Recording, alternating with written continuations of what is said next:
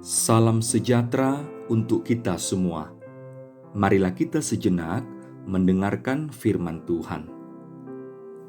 Janganlah menindas janda dan anak yatim, orang asing dan orang miskin, dan janganlah merancang kejahatan dalam hatimu terhadap masing-masing. Zakaria 7 ayat 10. Menindas atau melakukan penindasan adalah hal yang sangat ditentang oleh Allah. Hal demikian terlihat jelas ketika Allah melepaskan bangsa Israel dari perbudakan Mesir dan memberi hukuman kepada bangsa Mesir.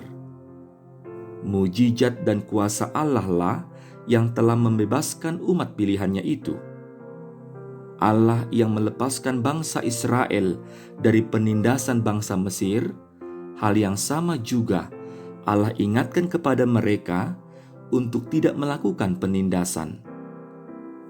Jika raja melakukan penyelewengan, penetapan pajak yang menindas rakyat, Allah akan mengutus nabi-nabinya untuk angkat bicara menyuarakan kebenaran.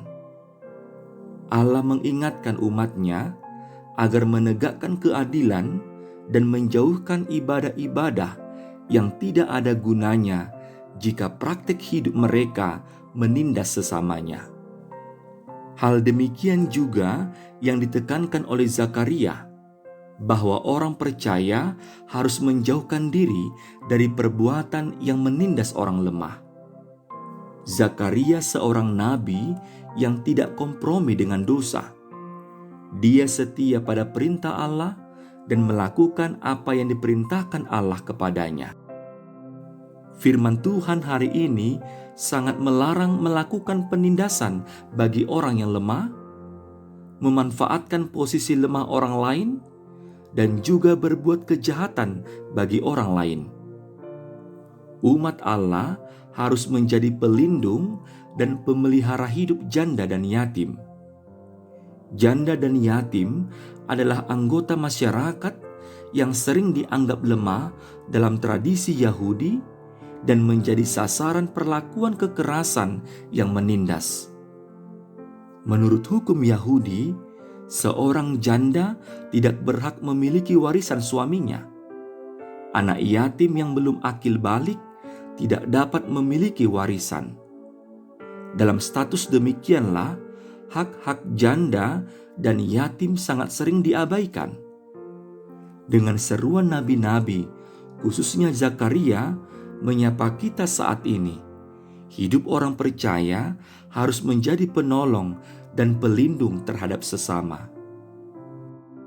Alangkah sia-sia ibadah kita di hadapan Allah, menyerahkan korban persembahan, tetapi tindakan sehari-hari menindas hak-hak orang lemah. Saatnya bagi kita untuk menunjukkan kasih kepada sesama kita tanpa terkecuali. Tanggalkan sekat-sekat pembeda yang seringkali merintangi kita untuk mengalirkan kasih Tuhan kepada sesama.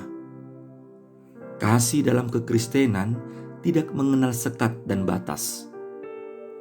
Kasih Allah yang besar akan dunia ini telah ditunjukkan melalui pengutusan anaknya yang tunggal untuk memberi keselamatan kepada semua orang.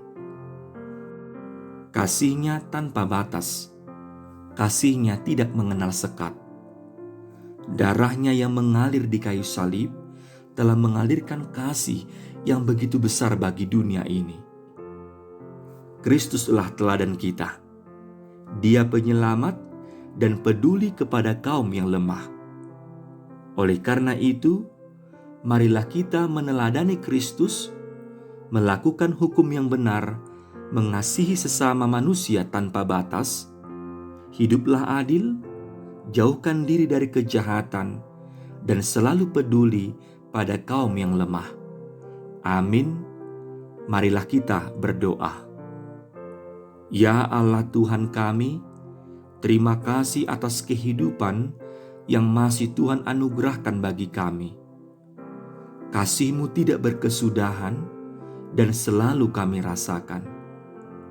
Biarlah Engkau saja yang kami teladani untuk menunjukkan kasih kepada sesama kami, seperti kasih-Mu yang tidak berkesudahan bagi kami. Ajar kami bersikap adil dan benar, dan selalu peduli kepada kaum yang lemah. Pakai kami menjadi perpanjangan tangan Tuhan untuk menghadirkan sukacita bagi sekitar kami. Berikan kami kekuatan dari-Mu untuk melakukan perintah-Mu. Di dalam Yesus Kristus, Juru Selamat kami. Amin.